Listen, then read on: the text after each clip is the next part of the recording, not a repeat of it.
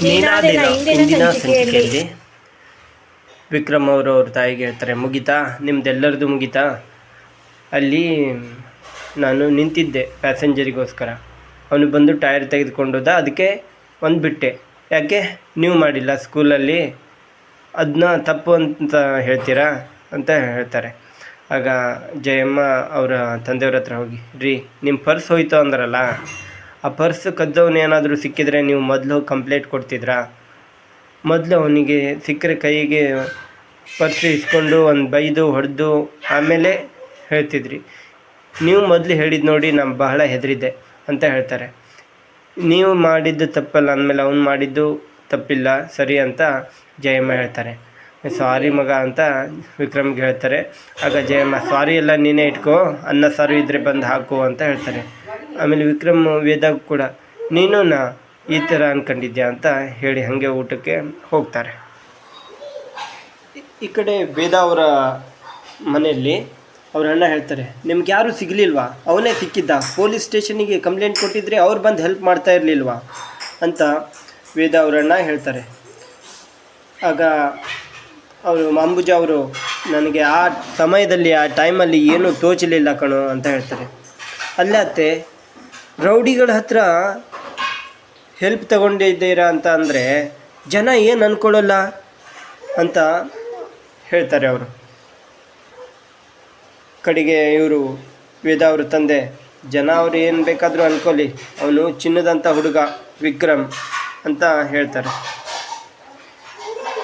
ಆಗ ವೇದ ಅವರ ಅಜ್ಜಿ, ನೋಡು, ರೌಡಿಗಳಿಗೆ ಯಾರನ್ನ ಕೊಲ್ಲಬೇಕು ಅಂತ ಮಾತ್ರ ಗೊತ್ತಿರುತ್ತೆ, ಆದರೆ ಹೀರೋಗಳಿಗೆ ಯಾರನ್ನು ಕೊಲ್ಲಬೇಕು, ಯಾರನ್ನು ಉಳಿಸ್ಬೇಕು ಅಂತ ಗೊತ್ತಿರುತ್ತೆ ಅಂತ ಅವ್ರ ಅಜ್ಜಿ ಹೇಳ್ತಾರೆ. ಅಂದರೆ ಹೀರೋನ ವಿಕ್ರಮ್ಮು ಆಟೋ ತೆಗೆದುಕೊಳ್ಳೋ ಹೊತ್ತಿಗೆ ನೀವೆಲ್ಲ ದುಡ್ಡು ಕೊಡಬೇಕು ಅಂತ ಅಂದಾಗ ನಾನು ಬೇಡ ಅಂತ ದ್ವೇಷಿಸಿದೆ.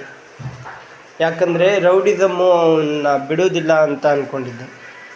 ಆದರೆ ಅವನೇ ಈಗ ಎಲ್ಲ ಮರೆತು ನನಗೆ ಸಹಾಯ ಮಾಡಿದ್ದಾನೆ ಅಂತ ಅಂದರೆ ಅವನು ಚಿನ್ನದಂಥ ಹುಡುಗ ಅಂತ ಹೇಳ್ತಾರೆ. ಆಗ ಅಂಬುಜಾ, ಅವನ್ನ ಮನಸಾರೆ ಅಳಿಯ ಅಂತ ಒಪ್ಕೊಳ್ಳಿ ಅಂತ ಹೇಳ್ತಾರೆ. ನಮಗೆ ಮಗಳು ಸಿಗ್ತಾಳೆ, ಅಳಿಯನೂ ಆಗ ಅಜ್ಜಿ ಅಂಬುಜ ಹೇಳಿದ್ಕೆಲ್ಲ ಒಪ್ಕೋ. ಆಗ ವೇದಾನು ಖುಷಿ ಪಡ್ತಾಳೆ. ಎಲ್ಲದಕ್ಕೂ ಎಲ್ಲ ಪಾಪ ಪರಿಹಾರಕ್ಕೂ ಒಂದು ದಾರಿ ಸಿಗ್ತದೆ. ವೇದ ಅಲ್ಲಿ ಬಾವಿ ಹತ್ರ ನಿಂತ್ಕೊಂಡು ಸಂತೋಷದಿಂದ ಕಣ್ಣೀರಿಡ್ತಾ ಇರ್ತಾಳೆ. ಆಗ ವಿಕ್ರಮ್ ಅವರು ಬರ್ತಾರೆ. ಏನು ಬಿತ್ತಳ, ಯಾಕೆ, ಏನಾಯಿತು, ಏನು ಹೊಡಿದೆ ಬಡಿದೆ, ನಿಮ್ಮ ಅಪ್ಪನ್ನ ಅಷ್ಟು ಸೇಫಾಗಿ ಕಾಪಾಡಿದ್ದೀನಿ, ಏನಾಯಿತು ಇದು ಅಂತ ಕೇಳಿದಾಗ, ಇದು ಆನಂದಕ್ಕೆ ಅಂತ ಹೇಳ್ತಾರೆ. ಆನಂದ ಆಗಲಿ ದುಃಖ ಆಗಲಿ ನನಗೆ ತಡ್ಕೊಳಕ್ಕಾಗಲ್ಲ, ಅದು ಹೊರಗಡೆ ಬರಬೇಕು ಅಂತ ವೇದ ಹೇಳ್ತಾಳೆ. ಅಮ್ಮ ಕಾಲ್ ಮಾಡಿದರು, ಇವತ್ತು ಬರೀ ನಿಂದೇ ಮಾತಂತೆ, ನಿನ್ನನ್ನು ರೌಡಿ ಅಂತ ಹೇಳಿದವರು ಇವತ್ತು ನಿನ್ನ ಬಗ್ಗೆನೇ ಒಳ್ಳೆ ಮಾತಾಡ್ತಾ ಇದ್ದಾರೆ ಅಂತ ಅಮ್ಮ ಹೇಳ್ತಾಯಿದ್ರು ಅಂತ ವೇದ ಅವರು ವಿಕ್ರಮ್ ಅವರಿಗೆ ಹೇಳ್ತಾರೆ. ಇನ್ನು ಮುಂದೆ ಯಾವತ್ತೂ ರೌಡಿಸಮ್ಗೆ ಹೋಗಬೇಡ ಅಂತ ವೇದ ಹೇಳ್ತಾಳೆ. ಆಯಿತು, ಇನ್ನು ಮುಂದೆ ಹೋಗಲ್ಲ ಅಂತ ವಿಕ್ರಮ್ ಅವರು ಹೇಳ್ತಾರೆ.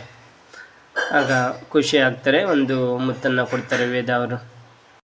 ಹೌದು, ನಾ ಇವಾಗ ಬ್ಯಾಲೆನ್ಸ್ ವಾಪಸ್ ಕೊಡಬೇಕು ಅಲ್ಲ ಅಂತ ಹೇಳಿ ವಿಕ್ರಮ್ ಅವರು ವೇದನ ಹೆಚ್ಕೊಂಡು ಹೋಗ್ತಾರೆ. ಪ್ರೀತಮ್ ಅವರು ಡ್ರಿಂಕ್ಸ್ ಮಾಡ್ತಾ ಕುಡಿತಾ ಇರ್ತಾರೆ. ಆವಾಗ ಅರ್ಥ ಏನು ವಿಷಯ ಇಲ್ಲದೆ ಕುಡಿತಾ ಇದ್ದರೆ ಮಜಾನೇ ಬೇರೆ ಅಂತ ಹೇಳ್ತಾರೆ. ಆಗ ಕೋಟೆಯವರು, ಅರ್ಥನ ಎರಡು ವಿಷಯ ಇದೆ ಅಂತ ಹೇಳ್ತಾರೆ. ಆಮೇಲೆ ಅಲ್ಲಿಂದ ಒಬ್ಬರು ಬಂದು, ನಾಯಕರೇ, ನೀವು ಕಿಡ್ನಾಪ್ ಮಾಡಲಿಕ್ಕೆ ಹೇಳಿದ್ರಲ್ಲ, ಕಿಡ್ನಾಪ್ ಮಾಡಿದವನು ಅವ್ರನ್ನೂ ಬಿಟ್ಟು ಕಳಿಸಿ ದುಡ್ಡು ವಾಪಸ್ ಕೊಟ್ಟು ಕಳಿಸಿದ್ದಾನೆ, ವಿಕ್ರಮ್ ಅವ್ರ ಮಾತನ್ನು ಕೇಳಿ ಅಂತ ಹೇಳ್ತಾರೆ. ಆವಾಗ ಪ್ರೀತಮ್ನಾಗ್ತಾರೆ, ನೋಡ್ದ ಕೊಟ್ಟೆ ಎಷ್ಟು ಬದಲಾಗ್ತಾರೆ ಅಂತ.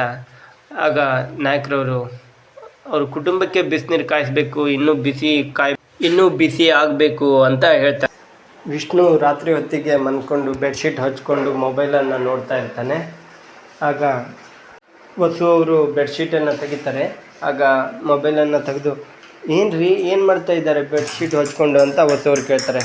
ಆಗ ವಿಷ್ಣು ಅವರು, ಏನಿಲ್ಲ ಕಣೆ, ಮೊಬೈಲು ಆಫೀಸಿಂದು ಒಂದು ಎಕ್ಸೆಲ್ಲು ಇತ್ತು, ಅದನ್ನು ನೋಡ್ತಾ ಇದ್ದೆ ಅಂತ ಹೇಳ್ತಾರೆ. ಆದರೆ ನಿನಗೊಂದು ವಿಷಯ ಇಲ್ಲ, ನನಗೆ ಆಫೀಸಲ್ಲಿ ಸಿಕ್ಕಾಪಟ್ಟೆ ಅವಮಾನ ಮಾಡ್ತಾಯಿದ್ದಾರೆ, ಬೇಕಂತ ಮಾಡ್ತಾಯಿದ್ದಾರೋ ಏನೋ ಗೊತ್ತಿಲ್ಲ ಕಣೆ. ಇವತ್ತು ಬೆಳಿಗ್ಗೆ ಆಫೀಸಲ್ಲಿ ಅಂತ ಹೇಳ್ತಾ ಇದ್ದಾಗ ಪೊರ್ಕೆಯನ್ನು ತೆಗೆದುಕೊಂಡು ಬಂದರು. ಪೊರ್ಕೆಯನ್ನು ಕೊಡಿಸಿದ್ರು ಬಾಸು. ಇವತ್ತೇ ಗೆಟ್ ಔಟ್ ಅಂತ ಹೇಳಿ ಕೆಲಸದಿಂದ ಹೋಗ್ಲಿಕ್ಕೆ ಹೇಳಿದ್ರು. ನೀವು ಒಂದೊಂದು ಸರಿ ತಪ್ಪು ಮಾಡಿದಾಗೂ ಈ ಥರ ಕಸ ಗುಡಿಸ್ಬೇಕು, ಹೋಗಿ ಕಸ ಗುಡಿಸಿ ಅಂತ ಹೇಳ್ತಾರೆ. ಆಗ ವಿಷ್ಣು ಅವರು ಕಸಬರಿಗೆಯನ್ನು ತಗೊಂಡು ಕಸ ಆಫೀಸಿಂದ ಆ ಕಡೆಯಿಂದ ಕಸ ಗುಡಿಸ್ತಾಯಿದ್ರು. ಈ ಕಡೆ ವೇದ ಅದನ್ನು ಯಾಕ್ರಿ ಇಷ್ಟೆಲ್ಲ ಅವಮಾನ ಆಗ್ತಾಯಿದ್ರು, ನನಗೊಂದು ಮಾತು ಹೇಳಿಲ್ಲ ಅಲ್ರಿ ಅಂತ ವಸು ಅವರು ಹೇಳ್ತಾರೆ. ಆಗ ವಿಷ್ಣು ಅವರು, ನಿಂಗೆ ಹೇಳಿದ್ದಾದ್ರೂ ಏನು ಮಾಡ್ತಿದ್ದೆ, ನೀನು ಬೇಜಾರು ಮಾಡ್ಕೊಳ್ತಿದ್ದೆ, ಅಳ್ತಿದ್ದೆ ಅಂತ ಹೇಳ್ತಾರೆ. ಆದರೆ ವೇದ ಇದನ್ನು ಅಲ್ಲಿ ಬಾಗಿಲು ಮುಂದೆ ನಿಂತ್ಕೊಂಡು ಕೇಳಿಸ್ಕೊಳ್ತಾ ಇರ್ತಾಳೆ.